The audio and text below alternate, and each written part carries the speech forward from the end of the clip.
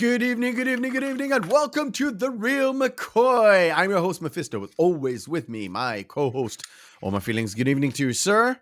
Yes, I missed the hetero life, mate. Chuck it up to miss one. What is the Reel McCoy, you might ask? The Reel McCoy is your weekly movie podcast where we ask you to go and watch a movie. You watch it, come back to us, and we break it down, geek on it, nerd on it, and just splooge the blues all over the place. Yes, it is what it is. Yes, I've embarrassed you for the 88th time in a row.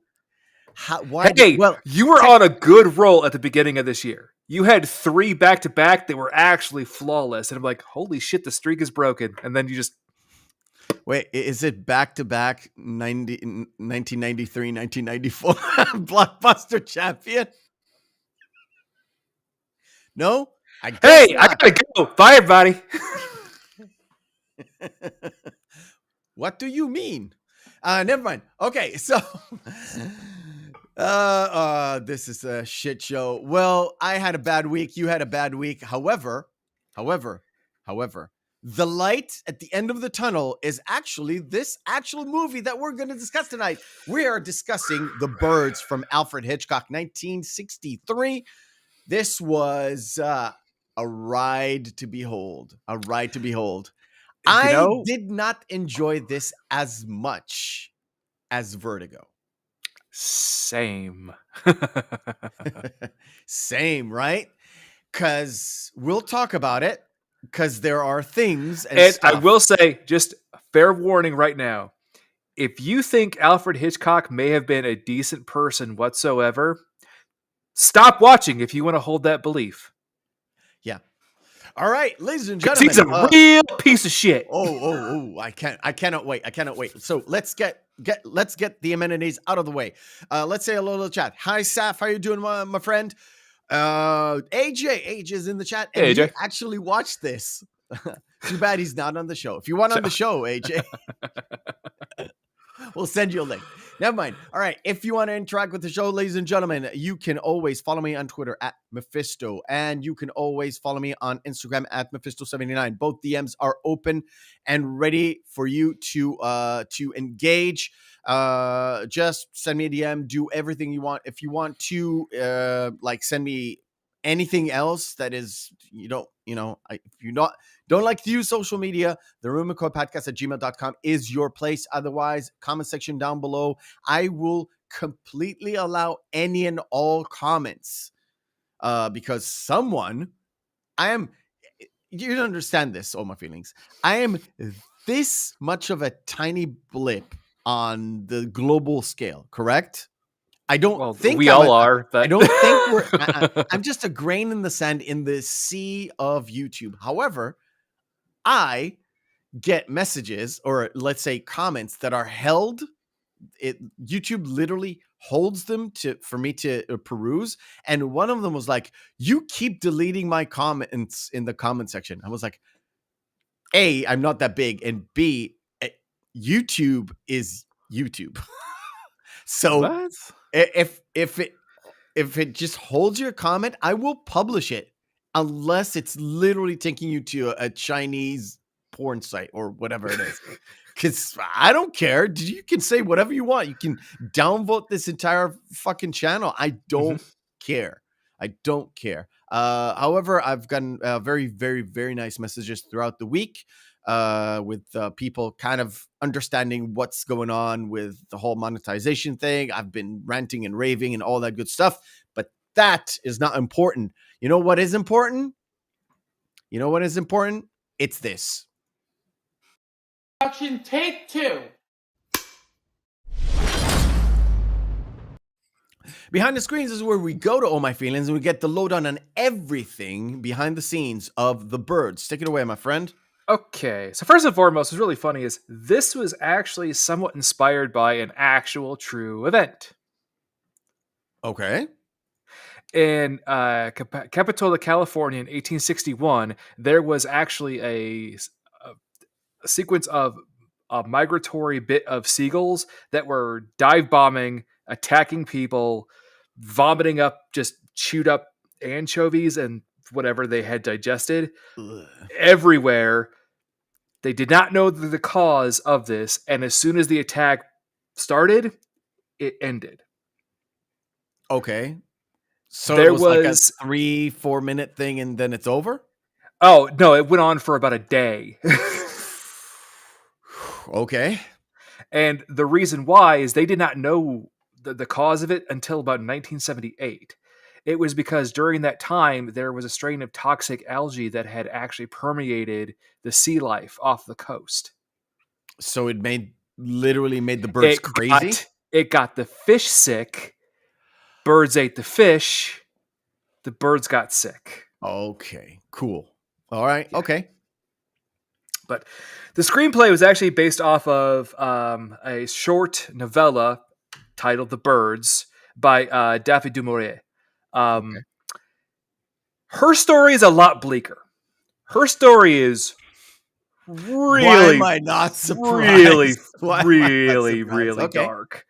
Essentially, at the end of du Maurier's version of The Birds, there is the protagonist who was a farmhand by himself as the lone survivor, smoking a cigarette as birds are amassing around him to kill him.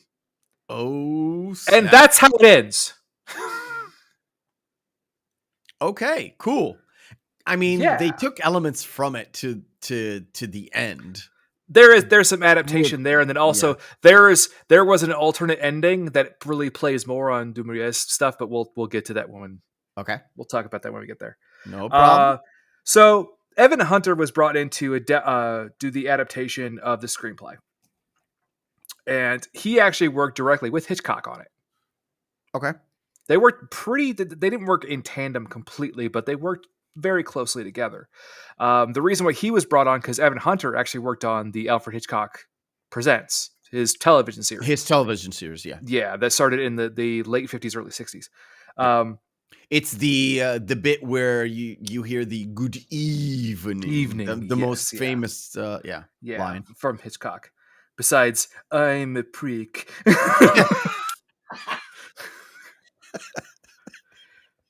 At first, Hunter actually wanted the protagonist, since they were doing a whole gender swap and every character swap completely, actually wanted it to be Annie, Okay, the school teacher. brunette chick. Yeah, Yeah.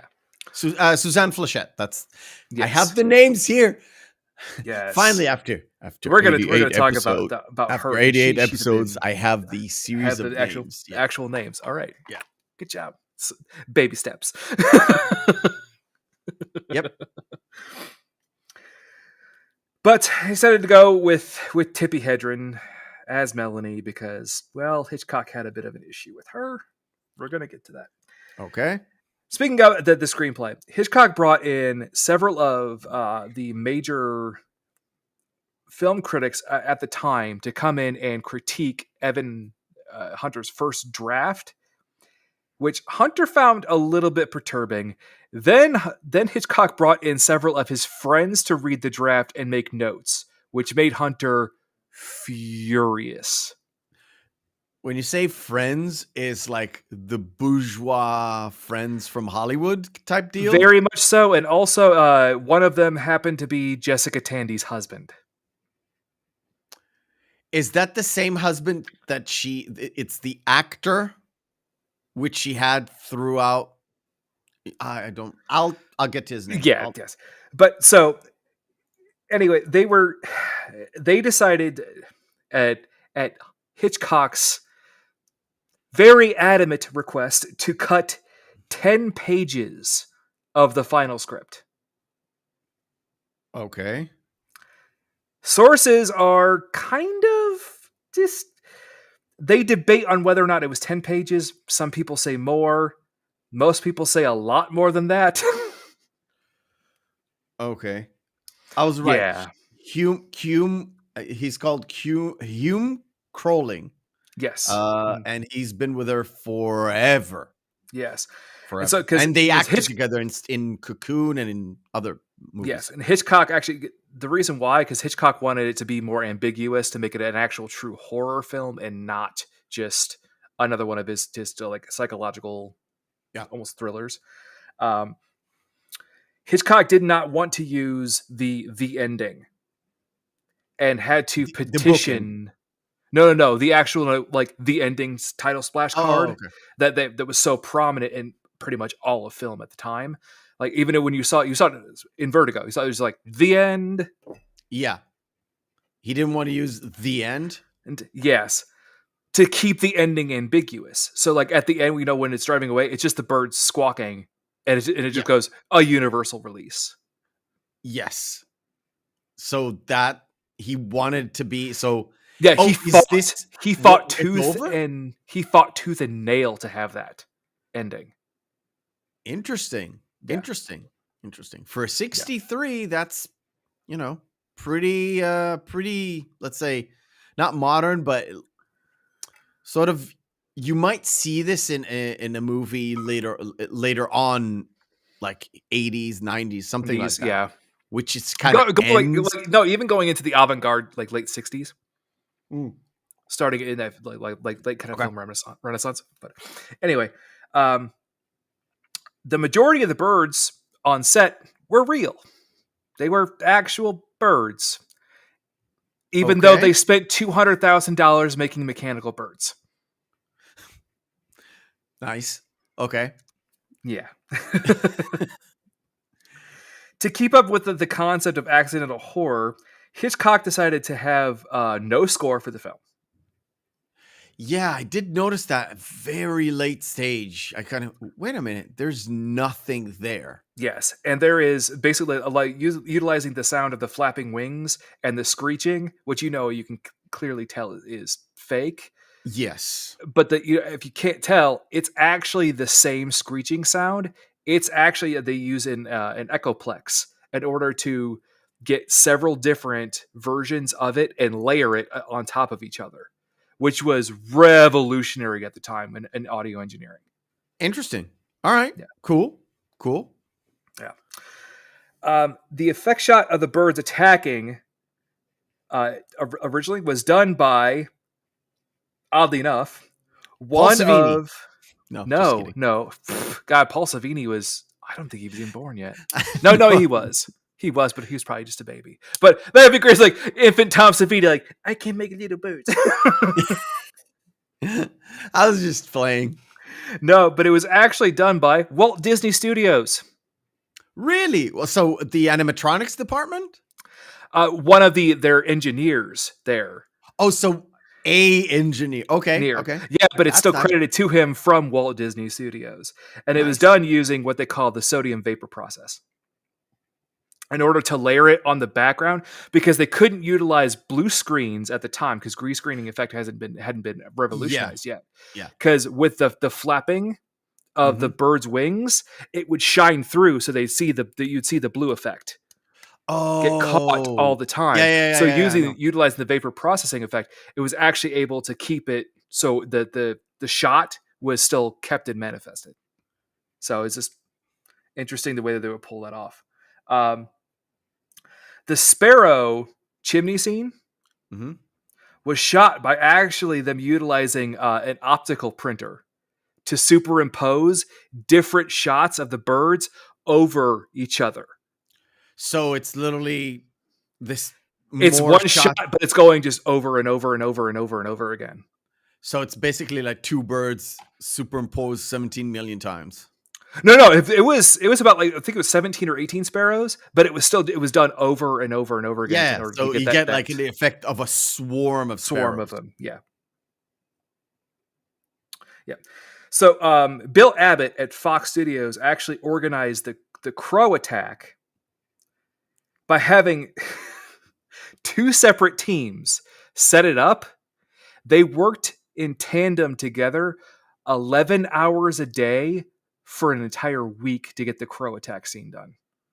The kids escaping from the school scene? Yes. And we're going to talk more about that later, because those poor child actors. Holy shit. Well, Hollywood being Hollywood, if you think that's over, you're mistaken. Yeah. So let's get to some bad stuff about Hitchcock. During the filming, Hedren caught the eye of Hitchcock more than when he first saw her, and which we're gonna talk about when he first saw her, because that's actually part of the film. Okay. But his infatuation grew to what everyone on set called a dangerous obsession. Was there a Spanish fly incident? No. Okay, that's all I wanted to know. So we don't have a Cosby situation here. No Cosby situation. Gotcha. Okay, cool. So, but following her rejection of him, he put her in multiple precarious situations. The first one was during the phone booth scene, where the bird comes in and crashes through the window. Yeah. That was done with a not exactly sugar pane glass. It broke and cut her. Oh, shit. Okay.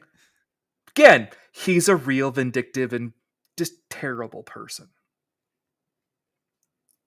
My kind of director. No, just kidding. Yes. And in a lot of the scenes where she was actually having to interact with birds, especially near the end of the film, especially in the climax of the film, which, oh God, we're going to talk about that. Put the woman in the hospital for a week. Yeah. Oh my God. Did they actually, like, I imagine they didn't pick at her. They mostly scratched at her, right? They replaced the fake birds with real birds. Tippi Hedren was terrified of birds. That is the only Hitchcock is a piece of shit. Yes, I know. I'm laughing because it's funny. So we move on to there. Right when she actually signed on to do the birds, Hitchcock had her sign a 7-year contract with her. to star in films only directed by him. Well, because at the time, she was a know-nothing actress who had done a couple of commercial spots, and I think she had a minor role in several films, but many tiny roles. I don't remember many films after The Birds. Marnie. Oh, Marnie. Okay, that's one. Yeah. That's it. We're gonna get to that. Okay. Well, not this month, but yeah. But he did that to keep her from working on other projects. Obviously. Yes. Melanie Griffith, Tippi Hedren's daughter. Oh, shit. Really? Yes. Was also traumatized by Mr. Hitchcock. Not fucking surprised. He gave her a gift of, it was the Melanie Daniels in the green dress from The Birds. Mm-hmm. There was like a wax kind of like doll that looked like it was like her mom, right? Yeah. But it looked like it was in a casket. That is an evil motherfucker. I mean, funny. Yeah. But it's evil. So let's take a little positive turn. David du Maurier actually disliked the film as it was because it had so many deviations from her initial novella. The protagonist was different. The ending was different. Outside of the birds attacking, most of it was completely different. Okay. Had like a $3.3 million budget in 1963. Big budget, but 11.4 million gross. So yeah, made it back and then some. When the audiences went to the premiere in England, when they left, they had speakers set up to play screeching noises and birds flapping their wings. Literally, when they walked and started to run. Yeah. Evil. The last little gotcha. Yeah. Damn. And in the age where you could have done that. Yeah. Rod Taylor, who plays Mitch, claims that the seagulls on set were fed a mixture of whiskey soaked wheat to keep them docile so they wouldn't fly away. Oh, okay. Yeah. So what's interesting is Hedren's when she was brought up in all of the production meetings and then all of the the premieres and promotions for the film, she was always listed that her age was 28. Okay, she was what, 23? No, she was 33. She was 33? Yeah. She didn't look 33. Yes, and her birth year was listed as 1935 for decades until she released her autobiography, releasing her actual birth date. Wow. 40 years later. Yeah. Wow. I mean, I know women always lie about their age, but she looked really good. Yeah, she looks good for it. Like phenomenal. Yeah. Yeah. One bird in particular had an issue with Rod Taylor, who plays Mitch. One bird or one woman? One bird. Okay. While on set, it would go out of its way whenever they were on set together to walk up and bite him. Was that like a crow? Because crows can be fucking. It's like it was a seagull. Yeah, that's one of the gulls. Weird. Yeah, it would hop up next to him and bite him. Damn. Rod Taylor is on record saying he hated me and I hated him. Okay. Well, you could have used a gun or something. Yes. Never mind. So Cary Grant was considered to play Mitch, but Hitchcock thought it would just distract from his name being first. Obviously. Yes. Why did he get Jimmy Stewart then for a lot of projects? Because Jimmy Stewart up until Vertigo? Yeah, was a real known guy. I think because he learned he learned his lesson for his ego. Yeah. Put it that way. Yeah. All right. The famous poster of the woman being attacked. Yes, that's not Tippi Hedren. Yeah, it's not. I've seen it. I haven't used it on the thumbnail, but it's not. Do you know who that is? No. She's in the movie. Is it Suzanne Flechette? No. Jessica Tandy, I'm guessing. It's Jessica Tandy. It's either Annie or Linda. It's Lydia. Lydia? Not Linda. Come Lydia, on. sorry. Even wrote the names down and got it wrong. Come on, Meth. Get your life. I'm dyslexic. It's literally written right there.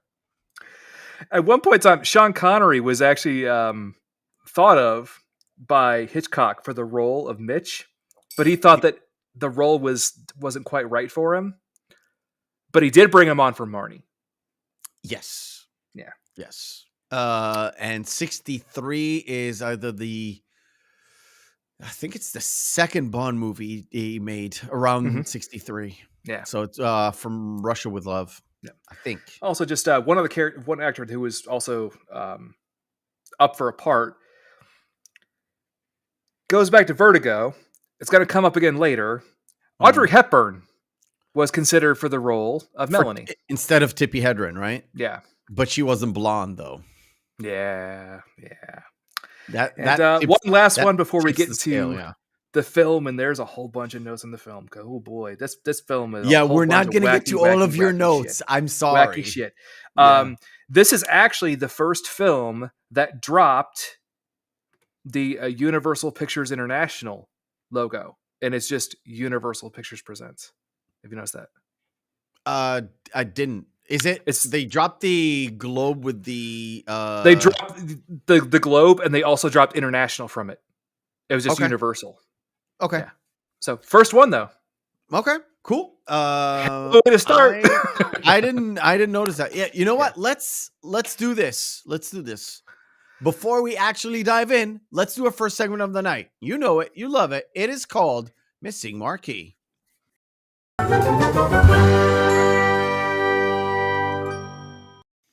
Missing Marquee is where we take 10 posters of movies, have their text written off, we display them, and you guys out there and all my feelings will have to guess which movie this is. I will set this up. Beam, bam, boom. I haven't shared my screen because Restream is being a bitch. However, this is lightning round time because I've seen every single poster, and you should be able to get this under a minute. If you do, you are the champion. You are the crown champion. Again. Oh, shut up.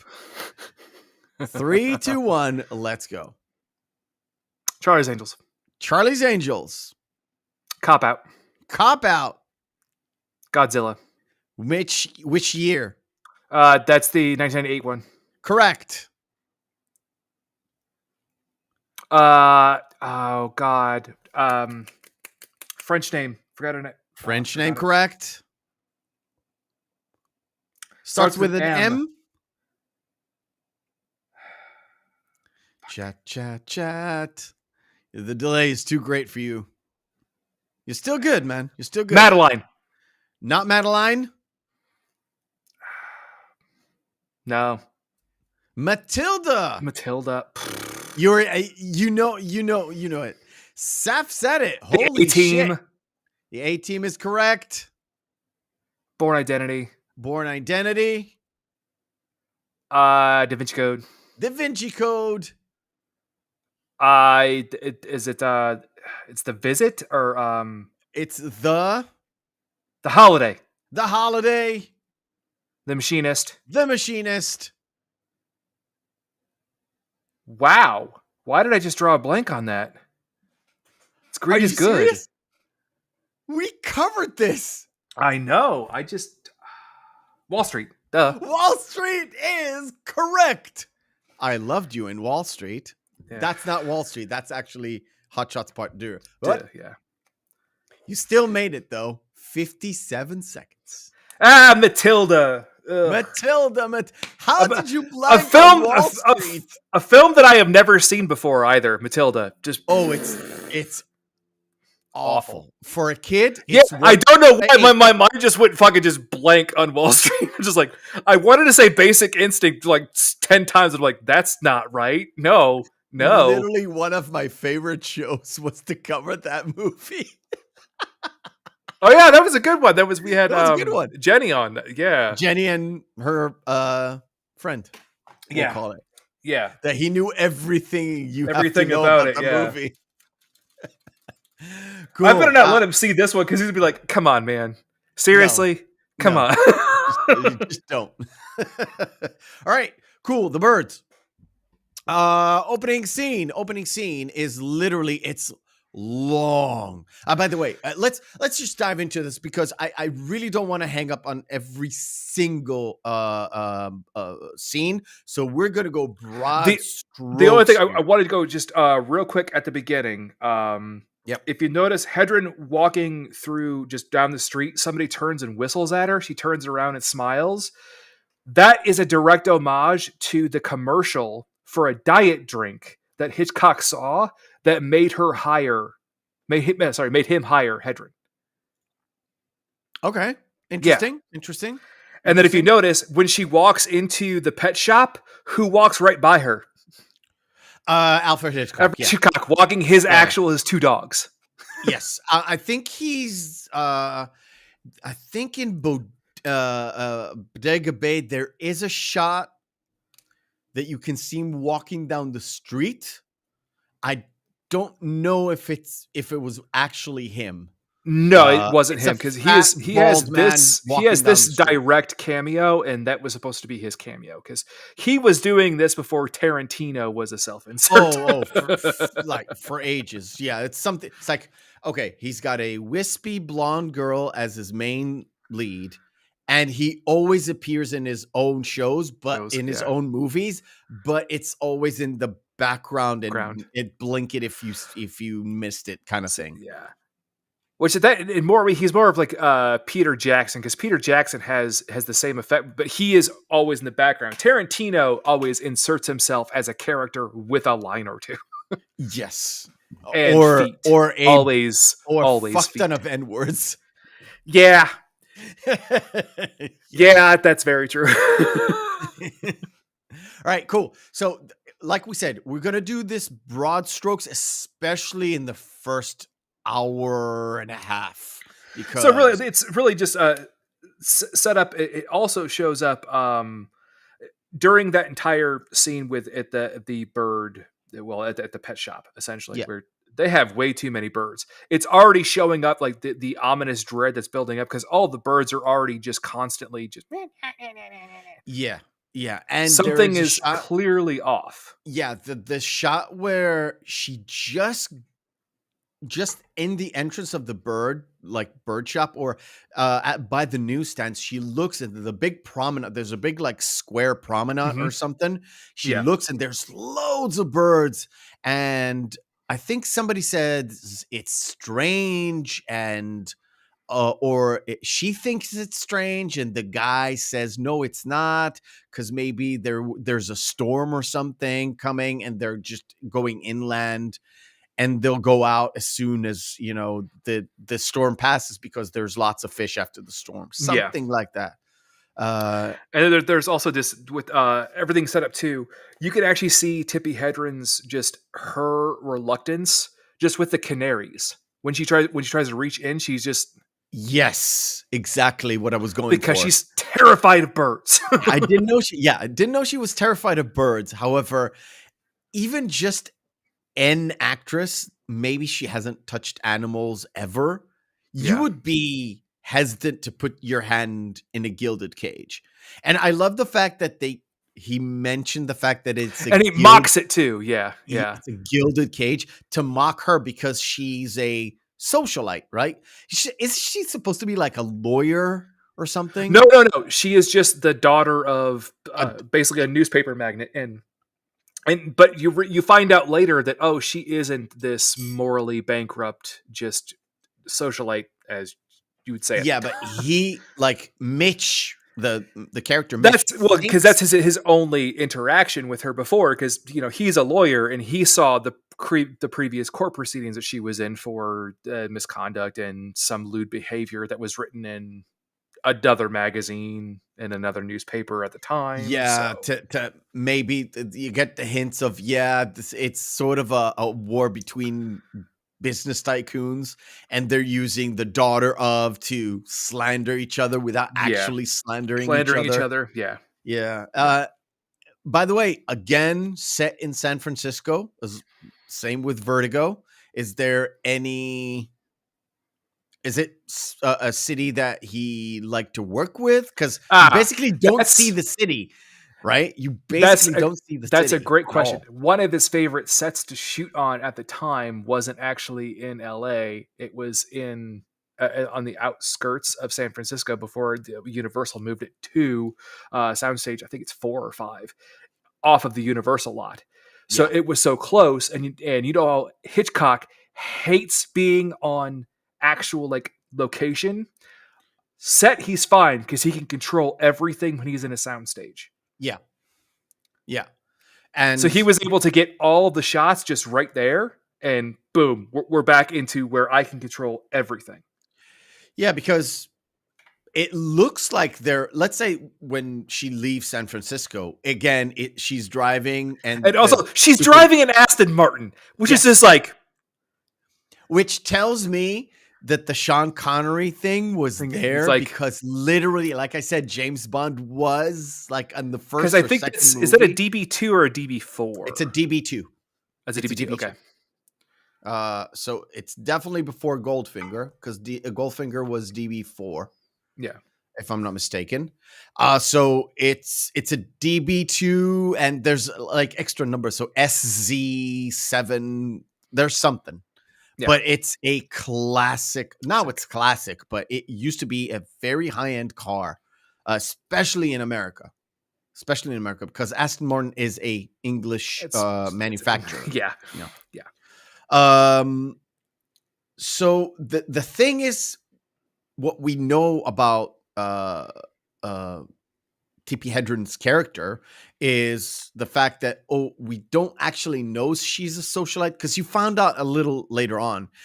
She becomes obsessed with Mitch. Like with Mitch, off rip, she is just like, I am either into this guy or I'm going to tell him off, and either way, I'm going to go above and beyond. That is really not okay. She literally trying to prank him. She goes to his house to drop off the lovebirds, and the very helpful neighbor is like, oh yeah, by the way, he has another house. It's just, a couple 100 miles up the road. Here's basically almost an address. Yeah. No, they literally pointed out, you see that house over there right by the that's when she goes to the general. I'm talking about the neighbor that just lives across the street from it in San Francisco. He goes up to he goes up on the weekends to Bodega Bay, and he's up there every weekend. Like, I could watch the birds for you if you want me to. It's like, you're very overly helpful, and it's just the current climate for me freaks me out. You never. To be absolutely fair, if we bring this to now, and I thought about this, I actually thought about this. Yeah. If we're looking at this as if it would have made this movie would be made in 2023, this movie would pass every single, let's say, woke feminist test all the time. The guy. Well, it does fail. It fails the Bechdel test, though. It does not. Well, it does, because both women are talking about Mitch. Never mind. Yeah. So it would be very close to pass all these stupid new Hollywood criteria, which is the woman is taking charge, is doing the lead. The man is just following her around, right? He follows around a lot of women. The women in his life control everything that he does. His sister, his awfully. Who, by the way, if you think about it, it's like I just assume it's one of those things where what they had back in the 60s or in the 50s and 60s, where it's like, no, she's my daughter when she's actually the granddaughter. She's not even she's his sister. He looks like he's 50 and she looks like she is 15. She is 15. She's like Well, 12. what's funny is No, no, 12, the right? actress who plays It's Veronica Cartwright, right. same actress that played the pilot in original Alien, and Yes. also Witches of Eastwick. She Correct. played the crazy neighbor. Yeah. What's funny is though, she had her 13th birthday on set during the burns. Cool. That is So terrible. That is if you even terrible. wanted to go into that, she's 13. Mitch is at least in his 30s. Yeah, he looks 40, dude. Motherfucker, you look 40. Something's not added up here. Yeah. And the mother looks she doesn't have any she looks gray like she's hair. she looks like she's in her 50s, late 50s. Yeah, or which maybe is, early which 60s. is fine. If the daughter is 13, she's in her 50s. It's possible, like it's 38, possible. 37, but this is 1963. So you would expect if you have a mature older man, which he's supposed to be 30-ish. Well, you know what's funny? What's what you do so is he's definitely a lawyer, like high-powered lawyer or just a lawyer. But you have to remember too, they don't mention how long the elder of the Brenner family has been dead. They said a couple of years. They mention it close to the end, where they're shutting down in the house. She mentions like he's only been dead a few years, something like that. Is that after they have Lydia do the big shitty line to Mitch, like, if only your father was here. Yes, I'm sorry, Mitch. Correct. And like you said, Tippi Hedren's character goes to San Francisco to find Mitch. Then she goes all the way to Bodega Bay. And what's funny is I love how everyone's looking like, who's this fancy bitch? Everybody in town is just like, who the fuck? And did you notice everybody is questioning her why she does it? And then they actually help her to get where she wants to go. It's like, oh, I need a boat. I can't go around with a car. I want to surprise them. Can I get a boat? Yeah, sure. I'll ring you up. Also, you realize that she is just a chronic liar. Which adds to the whole, because at this point in the movie, it actually kind of puts emphasis on what Mitch kind of had that discussion with her in the shop, where he's like, you're a socialite bitch. Yeah. Right. Well, what's odd too is what's super interesting is how everyone's immediate suspicion of her, because she's, first of all, she's an outsider, but she is such an out the wall outsider, where like, you do not belong here. Yeah. And it's especially when she talks to Annie, and Annie's like, you're not here. You're here for Mitch. And what's hilarious too is that Suzanne Pleshette was 25. Oh, she looks way older than Tippi Hedren. Yes, and Tippi Hedren's 33. Yeah. Annie's supposed to be in her mid-30s, and Melanie is supposed to be in her mid-20s. Exactly. So they're just... It's so weird. It's so weird. Because Suzanne Pleshette, by the way, if it was me picking between the two... just Annie all the way. She has a beautiful face. Oh, she's absolutely gorgeous. Yeah, she reminds me of so much of a young Elizabeth Taylor. Yeah, exactly. Yeah. Exactly. Before her face was mashed up. Dude. Oh my... By the way, stop here. Have you seen Madonna? I don't want to. I stopped even paying attention to Madonna in the early 2000s, even before she decided to just gain a British accent for some odd reason for a year and a half. But she was sucking the old Guy Ritchie dick. That's why. Never mind. Come back to the talk about Snatch. My phone just chimed at the perfect time. By the way, I'm actually super impressed by Melanie or Tippi Hedren, because she did all of this. Oh yeah, with one take. Yep. In heels, dude. In heels. Yep. She tied her own boat. I'm guessing maybe there's somebody like here, right? You can see my cursor maybe right here, like holding up the boat. It doesn't look like she got help. She did this in one take. She also, like, when after she put the birds in and she kind of scoured away, she went out into the boat also one take. One take, yeah. Yeah, that's a good feat, my friend. That's a good feat. Just adding on more to almost just like self-righteous and just I guess just bratty, for lack of a better term. Melanie is, she just walks into their house to drop off the birds.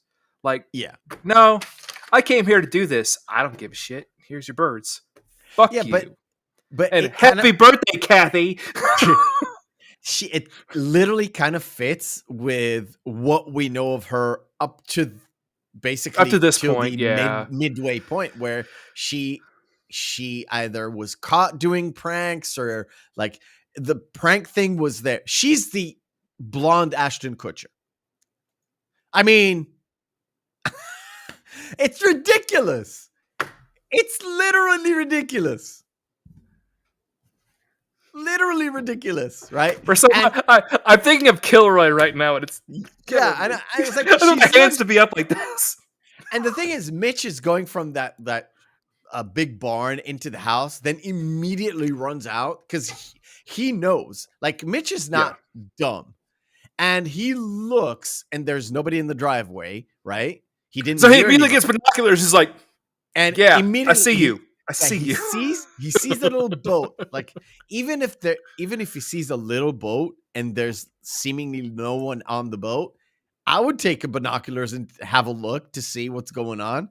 And as if she thought at this point, it's like, is she really that stupid? He's gonna catch her, but she doesn't care. Oh, Mitch, side note, hauls ass to that dock. Oh, yeah. Oh, yeah. And then on the midway, is that close to the end or at the midway point, that gull just. No, it's right here. That's where when she's pulling up to the dock, it dive bombs and hits her. It dive bombs her, hits her. Yeah. The like one of the fishermen guys, the one that owns the boat, he saw that as well. That's no, it's not Scholes. It's just the dock owner. You see Scholes later at the diner. Oh, right. Okay. So one of the other people, not Mitch anyway, he sees, it's like, that never happens. I was like, I've never seen that before. Yeah. And they literally go and Mitch takes care of her in the diner, right? Is it in the diner? Yes, because they're at it is the diner, but it's not the same diner scene because it's shot from a different angle. No. It's a different diner. But it's, and then we get to, but we have the whole, be introduced we have to Lydia.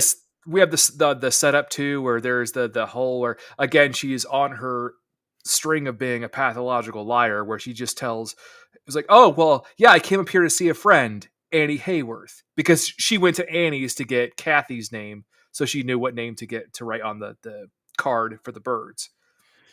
Yeah, and when we see, but also Lydia too in that scene where when they put when he puts it's iodine.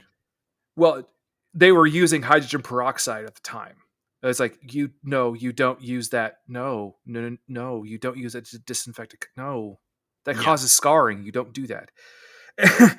But the way that she ends up holding her hand up like this with her pinky like this was supposed to be reminiscent of a bird flying down and attacking her again. And it's one of Hitchcock's subtle it flew by my head. I didn't even think about it. It flew by your head. Yeah, you got me. One flew over the cuckoo's nest. So we get introduced to Lydia, and it looks, we immediately feel the fact that Lydia is very overprotective mom, and she doesn't want Mitch to be involved with anyone.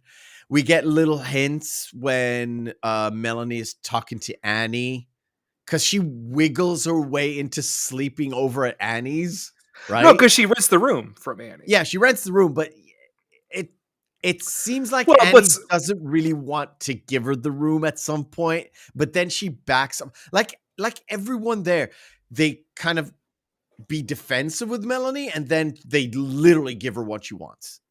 Well, yeah, and then there's also with Annie, just you could tell that she is still completely and totally in love with Mitch. Oh yeah, throughout the entire film. Yeah. But the way that she kind of gives up the ghost, where you're just like, man, why couldn't you just have just stayed with Annie, Mitch? She's a better person. Yeah. And of course, Melanie kind of wiggles her way. When they were sitting there, she was getting treated by Mitch. It was like, yeah, come over for dinner. And Lydia's like, yes, come and over this for dinner. Yes, and here's also the other setup too with the birds, where she's talking to the man at the general store about the chicken feed. Like, yes. Oh, well, it's not only ours because it was sold to another farmer who was I just forgot. No, they said the other farmer also was getting the same food, No, right? it's a different food. A different food, sorry. Yeah, and but his chickens weren't eating either. The same. Yeah. Yeah. And that's the farmer that has his eyes pecked out. Yes. Yeah. Yes. So that's just, again, it's more just setting that up. And then also when they're outside of Annie's, the birds are starting to amass. Yeah, I'm gonna get to that. There. Right there. Is when Melanie literally going on the drive to Annie, she notices this and is like, that's a bit ominous. Oh, it's okay, it's fine. Because you wouldn't expect that of birds. Well, even if you would never think of it, you wouldn't even consider it. Yeah, it wouldn't even give you a passing thought. Like, oh, it's a whole bunch of birds on a telephone wire. Duh. But the feeling. But I will have to say, the feeling we get from Hitchcock is the fact that he put them there, and there's a little bit of squawking, which you wouldn't think it would be that obvious, not obvious, but that loud. However, but since there's no score, it's clearly prominent. Yeah. Yes, exactly. Yeah. Exactly. Yeah, that's the importance of it. I will say the only that's really good about the post dinner scene is Kathy asking her to stay for her birthday party. Yes. But when she's like, well, do you know my brother Mitch and everything? But like, yeah, Mitch knows people in town. They're mostly hoods. And Lydia goes, Kathy, you don't say that. Everybody deserves their course. Like, I know all that democracy jazz. See, I told you this movie could have definitely be made in 2023. And one guy shot his wife in the head 6 times. I thought 2 would have done it. That's Hitchcock. Yeah. Even if he didn't write it's something that would definitely be. It's like if a writer would have put that into a script, it would have been, that's a keeper. And I'm going to mention that and emphasize that, because just like that's the guy he is, right? Right. Like, by the way, if you haven't watched any of the Hitchcock Presents before, do yourself a favor and watch them, because some of them are really, not all of them. Really I haven't seen good. all of them. I've seen, they're short, right? They're about half an hour. They're just half an hour. They were up with the Twilight Zone and the Outer Limits at the time. Plus, it's made for TV, so you have like mid commercial. If you don't, if you see them now, you don't see the commercial. It's the same length. You can definitely tell where they put the suspense moment for the commercial and all that stuff. Yeah, they're interesting. They're not like the Twilight Zone, but they're very like strange. They're very similar. It was the Twilight Zone, Alfred Hitchcock Presents, and the Outer Limits. They were all on at the same time. Yep. That's right. So we do have like in this scene. What's important though is right after this, when they're leaving, they have that entire conversation where Mitch is grilling Melanie. Yes, when she sits in the car and he's standing like above her and saying, "Oh, you didn't come here for this and this and that, right? Well, and also like, and I know everything about like the people that you used to hang out with in Rome and Yeah, and all that. It was all like, that. And she has a great comeback. She's like, "Well, poor innocent you." It's like, "I'm neither poor nor innocent." nor innocent. Like Yes. that's a good fucking That's a line. good fucking comeback. However, she kind of on her face was like, yeah, you caught me. However, I'm going to continue this Yes. because I can tell you might be into me, although you're saying you're not. So that's why I'm saying she's in control. She was found out.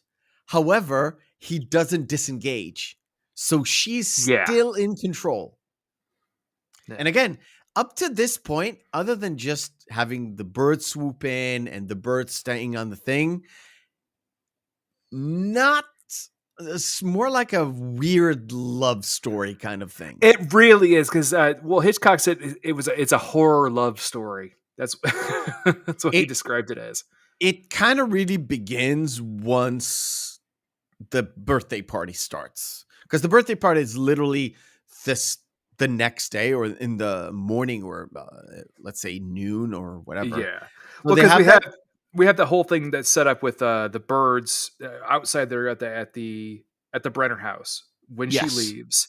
Then when Annie and Melanie, basically Annie gives her the okay, whereas like I understand this, he and I will never be anything, but don't let Lydia get in the way of you being happy. Like if you want to Yes. go fucking do it. And she also has that line too. With all due respect to Oedipus, that's not the way this is. Yes. It's I was like like, if you thought uh, there's an issue here, don't. yeah, it's not. Yeah, it's She's not just that overly way. protective. It's like, oh yeah, it's Yeah, not Oedipus Schmedipus, Mom, I love you. yeah. And what's funny too is if you notice that in the background when the conversation between Annie and Melanie in the back there is a poster for a live showing, live playbill of Tristan and Isolde We talked about this last week, talking right? about doomed relationships. Human The same thing, relationships. yeah, with Yes, Vertigo. yes, Yeah, yes, correct. I didn't notice the playbill, but yeah. I do remember we talked about this. So yeah, I'm not gonna show the full on kids getting scared bit, but this is after the attack. So we got an attack Well, after the attack. there was one thing right before then too, right before the end of that night, where a bird actually flies into Annie's door, and it's like, Oh yeah, yeah, oh, yeah, yeah. this is the start. It's now Yes, it's. starting. I think it's at Annie's place, Yeah, it right? is. Mhm. Yeah. So that's like. Think that's the opening salvo. I think the opening Mhm. salvo was her getting hit at the dock. No, but I mean them starting to attack everywhere, and it wasn't just her in particular. Oh, okay, Yeah. okay. So we have the full on scare, and people are finding out about this. So word goes around this town after the birthday that stuff is happening, and it's weird. A lot of people agree with this, or like think it's strange, Other and a than like lot of that's right other after we people. get to Yeah, the it's later on, but I'm this is where this is like the focal point of what happened, and the news kind of spread around town from this point, because there are parents that literally pick up their kids from the birthday well, party. because this is no, that's after the faucet attack, and that's also after the school attack. That's at the diner where it's now the No, entire I'm town I'm is talking about saying it. the word is getting out. You don't see people talk about it, but they talk with the kids' parents Yeah. after the No, attack. I'm just gonna say I'm gonna hate myself for saying this, but I have to. Are you saying that the bird is the word? Shut up. Shut up. Go away. Stop it. Stop it. Uh However, You set that up. I'm so after everybody goes away, then we get the like if the big attack on the kids was a strange occurrence, which never happens, the next bit, sorry, sorry, Was is in even the house with the it's even sparrows. stranger because, like you said, it's superimposed many, many times. Yep. This is so strange and so bizarre. This is where all the main characters like, what the hell is going on? And then after this all happens too, the sheriff, when he comes in, he has an absolutely perfect point. He's like, what are you going to do about this? Do about what? It's a bunch of fucking birds. Yeah, I don't have a good shot of the sheriff, but yeah. Oh, there we go. It's literally right there. It's literally right there. By the way, just a thought for a second, because I had a thought about it a long time ago, and it literally, when I watched this again, I thought that the birds are attacking because Lydia has some sort of a control over them, because she's defending Mitch, and she's defending Mitch from Melanie. That's an interesting take. It's definitely not. No, it's definitely not. But because they attack her as well. As a critique, you could think of that as a thought piece that would come out. Yeah. When I watched this movie for the very first time, this is what I had in mind. It's like, ooh, Hitchcock is like crazy.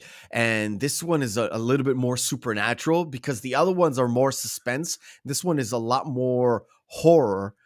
Yeah. So I thought maybe there's something hidden. However, once they barricade themselves in the house, it's kind of clear that it's not. Oh, yeah. Yeah. It's kind of very clear that it's not, because she puts her own daughter at risk here. Yes, at the school. And Mitch. Yeah. All right. So after that, we have Lydia going to the Fawcett home, where she finds Dan. Yes. Dead. I can't really show him with these eyes out. I don't think. So this is basically her walking into, she goes into the farm. She talks to one of the farmhands, and she goes into the house, and literally she sees tons of birds dead. A lot of dishes are broken in the kitchen. And the farmer is dead with his eyes pecked out. And she's all shook up. Sorry, I had to. That's a terrible Elvis impersonation. Shut up. And again, when the sheriff comes in, he has nothing he can do. I think that the best thing that comes so unbelievable as well, right? Oh yeah, 100%. Well, what's interesting too is after that, it goes to basically the change in Lydia's interpretation of Melanie, because Melanie comes and brings her the tea, and Lydia just has a full on fucking breakdown, where it's just like, oh yeah, I've never been the same since my husband died. I don't know what the hell I'm doing. I'm so afraid I'm going to lose Mitch. I'm going to lose my son. And now I'm afraid for Kathy, because Kathy is at the school, which, by the way, all the actors were terrified of that school building, because there were rumors that it was haunted. So it always creeped them out. And of course, Hitchcock played pranks on them. No, really? That's a bit of a dick move, but okay. Par for the course, huh? Hey.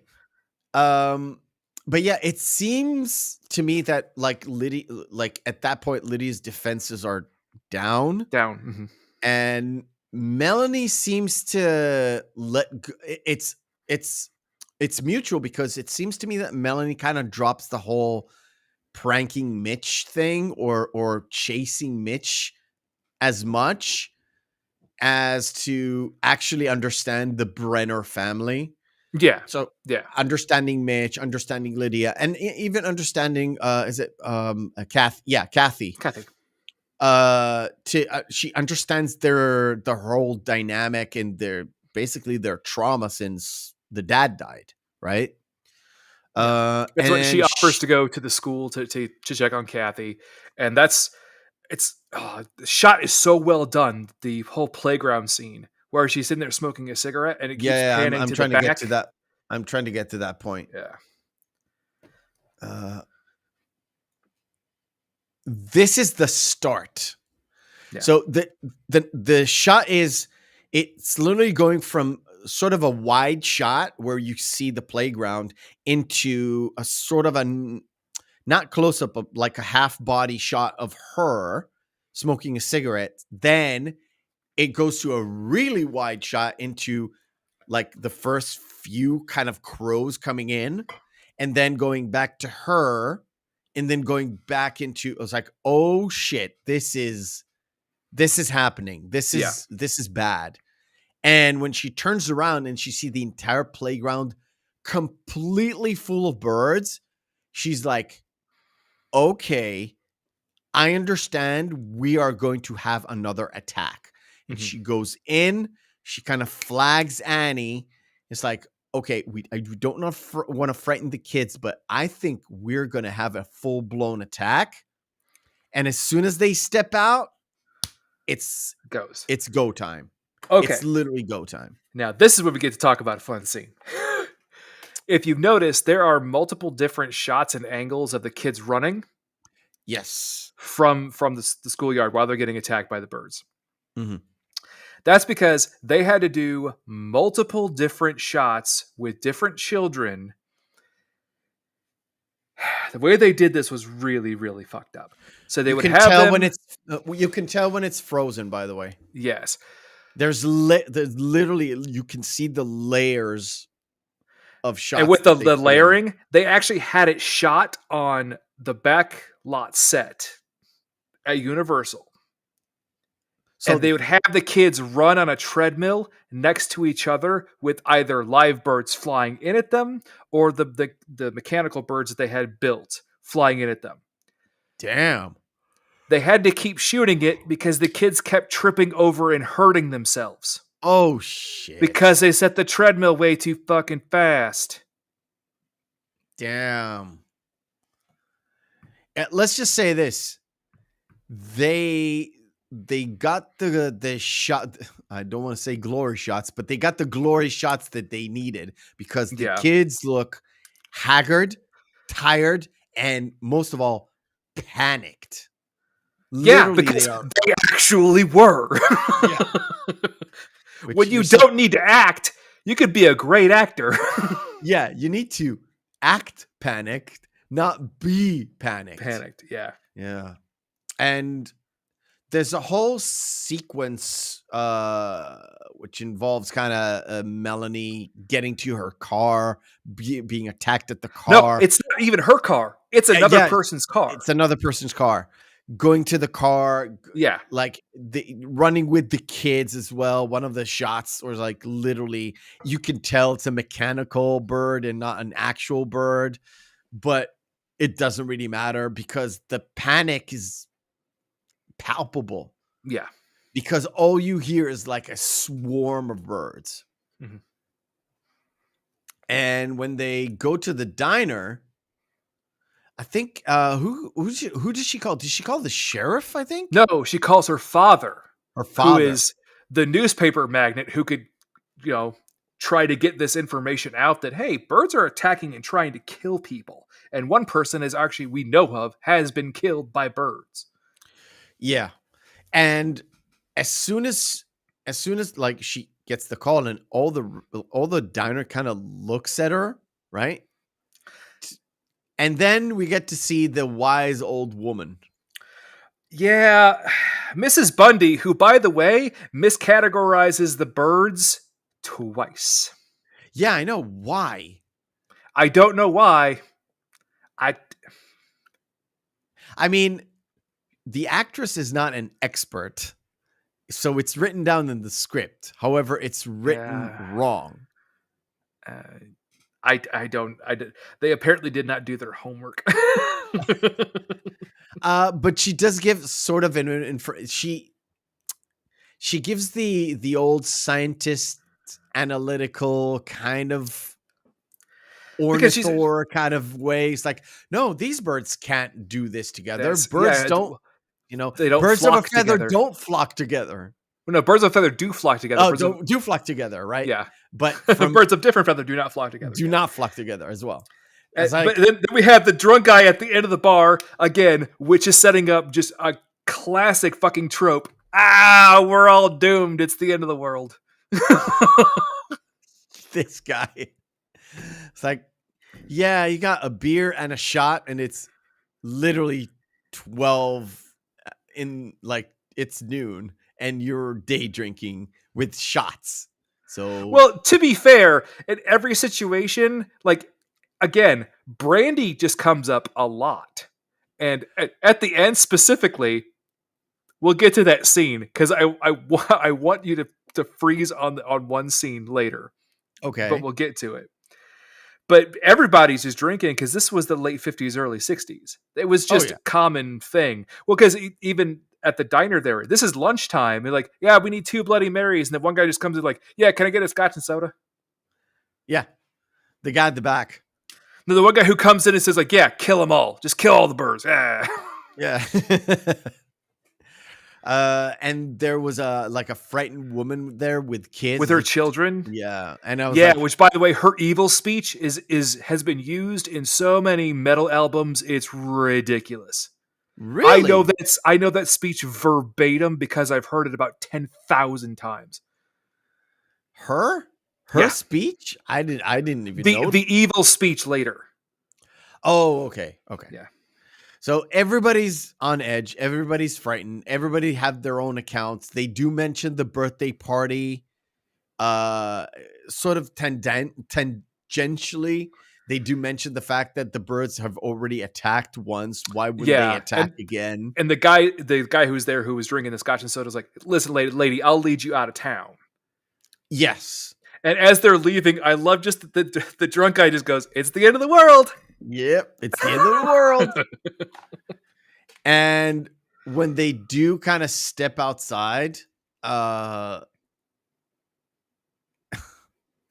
have Mitch and Scholes nearly burns himself to death. And yeah, and then there's This is literally the match that kind of starts the mayhem in this town. What's funny too is a bird actually comes in and hits his hand and makes him drop the match. Yeah. So the birds knew what they were doing. Exactly. But this is like the match that lighted the chaos all around town. Literally, this is the chaos. Well, because everyone was already freaking out after the school attack, but now this is like, oh no, they've. Oh, just to give you a sort of, if you were with us till now, just to give you a kind of a rundown. The school stuff happens at around an hour and 15 minutes. This is a 2-hour movie. The last 45 minutes just is like blam, blam, blam. Actually, the next 20 minutes, except for like the diner, where the dialogue is really fast, so it's not slowed down, kind of cinematic thing. Once the chaos starts, up to where they start to barricade themselves in the house, everything goes up fast. Like everything is in turmoil and chaos. So you have after the explosion, then we have Melanie going outside, which is like, why would you go outside during this? That's so dumb. And you have the phone booth scene. One of the most famous moments of, like, one is sitting down and the birds kind of pile up outside of the school, and this is like the second one that I remember, that if you say birds, it's either that one or this shot where she's literally in the phone booth and you can tell it's a screen so bad, so bad. But when one of the birds kind of slams into it, It's like, oh shit, that wasn't a screen. That was a real bird. Or somebody threw something at No, it. it was a mechanical. It was one of the mechanical birds, and that's the one that when the shot that actually broke the glass that cut Tippi Hedren. Yeah.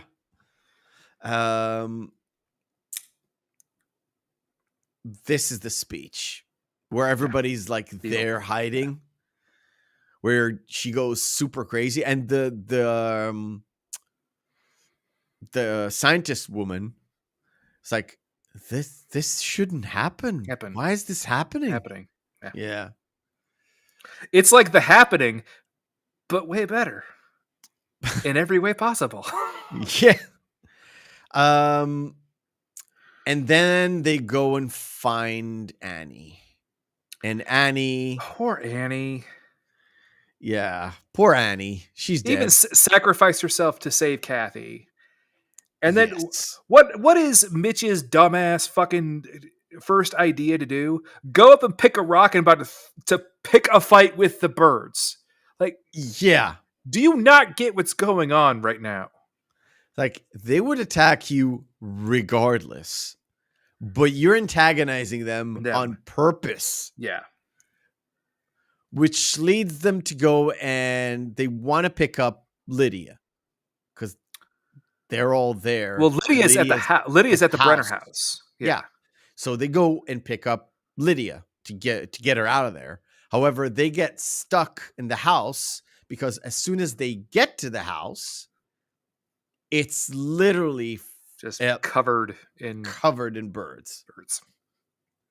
No, actually, it is covered with birds after. When they get there, everything is kind of quiet, and they literally shut down the house. Mitch is literally working. They haven't started barricaded, but they have there were birds already starting to amass. If you look on the outer side of the shot, try and get to that point. On the rise, like literally, Kathy is losing her fucking mind because she just saw Annie get killed, right? Yeah, and Annie basically sacrificed herself to save her life, and she is aware of this. Yeah. The fact that they're in the house barricaded, there's two lovebirds in a gilded cage in the house, and they're looking at them. Wow. Do you think that's a little bit of symbolism, Hitchcock? Thank you. Yes, a little bit. However, it's like the thought is, wait a minute, we're barricaded in here. There's two birds in here. What are they going to do? Are they going to try and escape the cage or something? But we don't know. And everybody's frightened. And it leads us to our second segment of the night. Round 1, fight. Our second segment of the night is master of the segue. You are no. Fuck you. It is called, it's called Screen Fighter. It's where we take two movies, pit them together, and see which one is the best one. There's no discernible difference between the two. Both of them are good. Both of them are bad. Both of them are good. Or both of them are bad. We follow our criteria, which is Friday evening, Saturday evenings, out with the boys, out with the girls, out with your significant others. There's two movies in a vacuum. Which one will be? Pop in. Blam. Chat participation is most fucking welcome. We have two war movies, Black Hawk Down, Lord of War. Which one will you pop in? Saf, your vote doesn't count. Lord of War is a fantastic fucking film. So you're picking Lord of War? Yeah. It's one of Nicolas Cage's best roles. I don't like Black Hawk Down. I watched it once. It made me physically ill. Yeah. I mean, it's a great movie. Don't be mistaken. But to me, I needed to watch this once, and I'm done. I am done with. It's literally, for me, it's sacrifice porn. You literally send people to descend and die in the movie. It is Lord of War all the way. It's a smart movie. And you're always on the edge of, is this the day Nicolas Cage is either getting killed or getting arrested, so caught? Yeah. Well, and the same thing too when Jared Leto's character is killed. Yeah, Like, whoa. Did not exactly. see that coming. Lord of War is excellent. If you haven't seen it, go watch it. 9 or Resident Evil. You're all going to die down here.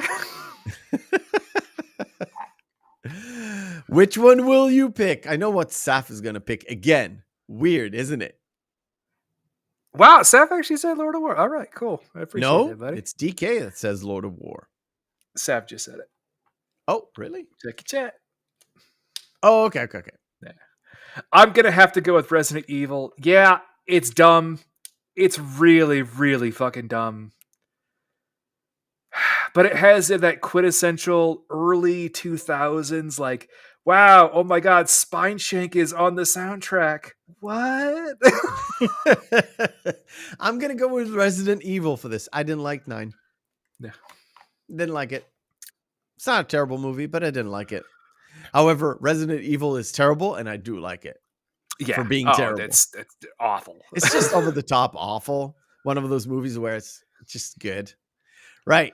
Flight Plan or Get Smart. These are both terrible movies. You want me to start? Yeah, go ahead. I'm actually going to pick Get Smart because Flight Plan is terrible. It is awful. The twist at the end, if you haven't seen it, I'm not going to spoil it for you. The twist at the end is so telegraphed from minute 10. Yeah, it's so blatantly obvious. So bad. Yeah. So bad. It is one of those movies that were like, oh, M. Night Shyamalan did a great big twist. I'm not saying it's the same twist. I'm saying M. Night Shyamalan did a big twist. Let's do it one. And this was just off. And Get Smart is a terrible movie, badly acted, but at least it's entertaining. It should have never been made, but it's just a bad comedy, so it's not like offensive to. It doesn't actually try to just lull you into thinking that the writers have half a brain. At least it goes like, we're dumb, we're having fun with this. Just turn your brain off and watch it. Yeah. Get Smart. Yeah. Patch Adams or Munich. Damn. These are going off. Right. Munich. I think it's Spielberg. Munich. Right? If I'm not mistaken.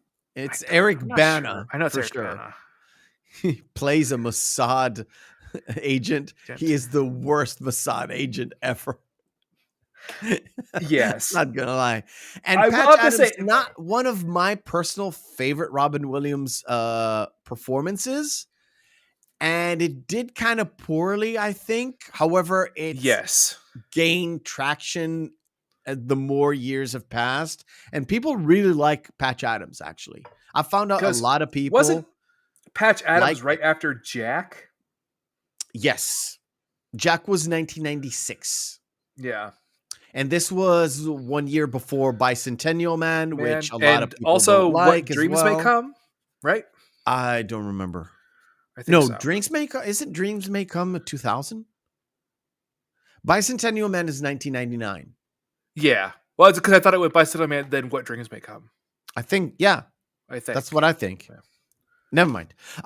For me, I'm going to go with Patch Adams. Munich, I didn't like it. I know the story. I know it's technically a well put together movie. However, I would go with Patch Adams. For real. Given just the criteria, Munich is a good film. Don't get me wrong. No, it's not a criteria. Which one is the best one without a criteria? I think Munich is a better film. But I would rather watch Patch Adams because there is at least levity in Patch Adams. Because Munich is like sitting around like, oh, you know what I want to do on a Saturday afternoon? Watch Schindler's List. Yeah, that sounds like fun. Yeah, but in that case, Schindler's List would lose every single battle time. Yeah, I know. we ever did. It So. depends, because if it was against the Machinist or Schindler's List, I'm like, yeah, I think I'm going to watch Schindler's List. Yeah, I haven't seen Stardust. It's not very good. Oh, very come good. on. You know what? Matt, you know how I'm feeling? How I'm feeling right now? I'm all right. I'm all right. Okay. Nobody worry about me. Gangs of New York or Brazil? Brazil. 2 movies I love. Really? 2 movies that I know you hate. I don't like either of them. I know. I really don't like either of them. Oh my God. You know how long it's been since I've seen talked Brazil? Do you realize that we've had conversations about both these films, and every single time you're like, yeah, I hate both these movies. I've seen them. I think I've seen Brazil at least twice in my life. Gangs of New York I've seen once. Once was definitely enough. Oh, I mean, the only thing I love point. about Gangs of New York is actually Bill the Butcher. Bill the Butcher, yeah. Well, Danny Lewis, he's by far. Well, that but Paul had a great point. Sort of Getting is better than Munich. That is okay. That is okay. True. Yeah. Okay. Interesting. So you'll pick which one, dude? Because you're the deciding voice, I think. Brazil's such a Brazil. Good interesting. Chat says it's a wild movie. You know what? I don't want to give it to Brazil just because I've seen it more times than Gangs of New York. Fuck it. The Big Shave. I have not seen The Big Shave. It's Martin Scorsese. Actually, they were both Scorsese films. Yeah. Which one will you pick? Have you seen The Big Shave? I've never seen The Big Shave. Okay. Which one will you pick? Casino. Casino it is. Fuck this. Yes. Yes. Walt Disney's Sword of the Stone. I'm in space. I'm going to see an asteroid and say, how you doing? Or Joey Tribbiani in Lost in Space. Which one would you pick? Sword in the Stone. I mean, it is a classic for a reason. Sword in the Stone it is, and that will bring us to actually a side conversation I'm going to have with you because we have time, and we have one scene left in the movie. We have one We've thing. Got a lot to talk about in that last scene, though, because there's a lot to talk about. Yeah, I know. We have enough time. We are going to have a very small conversation about Disney Plus, and I'm going to pose a question for you. Mm-hmm. Do you have Disney Plus? No. Okay. Do you know of someone that has Disney Plus? So you've been through the menu of it. You've seen their menu. I've had Disney Plus in the past. So I've utilized its terrible UI before. Yeah. Okay. So I'm not talking about the UI itself. I'm talking about the actual content of it. Okay. Oh. So it's basically Marvel, Star Wars, and Pixar. That's what we have. It's basically those three. Yeah. My question is, with the whole turmoil of the whole streaming wars and everything, because I want to get your opinion and then I'll say mine. Why do you think Disney doesn't put old movies in Disney Plus to beef up their streaming service? Because they don't care about the platform. Why don't they want to make money? They would make more money off of doing a re-release from the Disney Vault than they ever would on doing one, just setting up all the old films and putting them on the streaming service. That's categorically true. I know how odd it may sound, but they sell millions of copies of the old films whenever they re-release them from the Disney Vault. It happens every single time. Is it just because it boosts their own DVD sales every couple of years. Oh, it's time to put Sword of the Stone in 4K. Blah blah blah. Here we go. Well, it's the same. Well, they would release. Well, I think they've done 4 re-releases of Cinderella now, but they keep just doing re-releases, re-adaptations. Song of the South. No, Paul. I don't mean Paul. I'm guessing Paul. I think Paul was here when I was ranting and raving on the pre-weekend show, because this is something that I don't normally get to discuss with you, because we kind of get focused on movies. This is just a side conversation, because what I was saying on the pre-weekend show about a couple of weeks ago was like, you have such a massive library of live action movies. Herbie, for my example, was Herbie, but there's so many. There's so many movies that are either live action or live action with animated characters in them that are in the Disney vault. Why don't you don't have to put all of it on Disney Plus? Just release it for a couple of months, then do a change up and beef up your Disney Plus fucking titles, so it will be comparable to Netflix's one. Well, also the thing is too is they currently own Hulu, which they may not own for very much longer. Yeah, they're already trying to sell it, which I think is the dumbest idea that they could possibly have right now, because Hulu is doing gangbuster work right now. Yeah, because it's ad based instead of subscription based. Well, you can have you can you can there pay are multiple premium, different plans, but that's the thing about it, is the fact that it's cheaper for it to have it, and also the ads on Hulu, even if you were to have it, aren't so obnoxious and obtrusive. Okay. It's the same way where actually with oddly enough with NBC's Peacock network, which I utilized in the States to watch the birds this week, because I was just looking up like watch the birds online, because I just wanted to have it on in the background during one of the viewings while I was working on review stuff, which you know about. Don't. It's okay. Just to have it on a second monitor, so I wouldn't have to like stop and sit down and turn it on and actually sit down and focus on it. So I was like, oh, Peacock has it on, and Peacock literally had just 2 minutes ads at the beginning, and then they just showed the whole movie. Oh, that's good. That's pretty good. I'm okay. I'm literally okay with that. I don't mind fair. it, just as long as there's no interruptions in the middle. If you're watching, especially if you're watching a movie, TV series, it's already made. Even some of them, even if they do have commercial interludes in there, depending on what package you're paying for or whatever, just for sake of argument. If it's not solely in the way that it's like, okay, it's once every 30 minutes or once every 15 minutes, where it's like, okay, now we're taking you completely out of it in the middle of something, then it's fine. I don't care.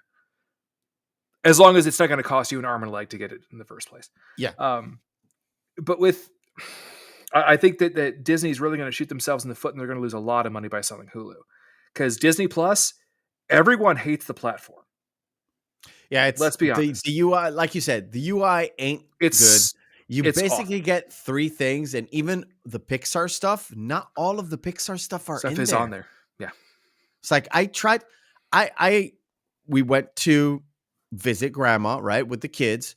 It was a Saturday afternoon, so we had plenty of time to like shoot the shit and everything. And I was like, let's put on something good from the good fucking Pixar. Monsters Inc. I was like looking for Monsters Inc. There's no Monsters Inc. It's in the vault. There's no original Toy Story. You can get Toy Story 4, but you cannot get 1, 2, or 3. Because they want you to pay money for it. Telling you. Yeah.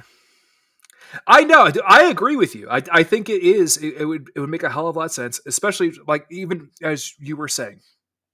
Take those movies that were in the vault, do like a 3-month rotation where you put just a block of them on there, then rotate them out. Just do it like once a quarter. You can just do a rotation. I said it in many times. It's like there's a movie. I thought it was called Bluebeard. It's actually called Blackbeard. Blackbeard. Mm-hmm. With Peter Ustinov. It is a full-on Disney movie. You nowhere to be found. Nowhere to be found. No DVD sales, no nothing. It is a Walt Disney production. Nothing. Well, there are a lot of films that were Walt Disney productions that you can never, ever, ever find. Yes, but they're not offensive. They're not Song of the South. I'm not even talking about offensive ones. I'm talking about films that have been made in the last 15 years that you just cannot find because they didn't sell well enough, so they will never release them again. Like, this is a bomb. We're writing it off 100%. Doesn't even exist. It's done. That's always been the Disney mentality, though. You know this. If it doesn't do $100 million, and people come to me when they say, it's like, why do you hate Disney now? Because they're woke? It's like, no, I've never liked Disney. Ever. Disney's always been never liked that company. Not with Bob Iger, not with Bob Chapek, not with Michael Eisner, not with fucking whatever, John Disney or whatever, Walt Disney's brother. None of them.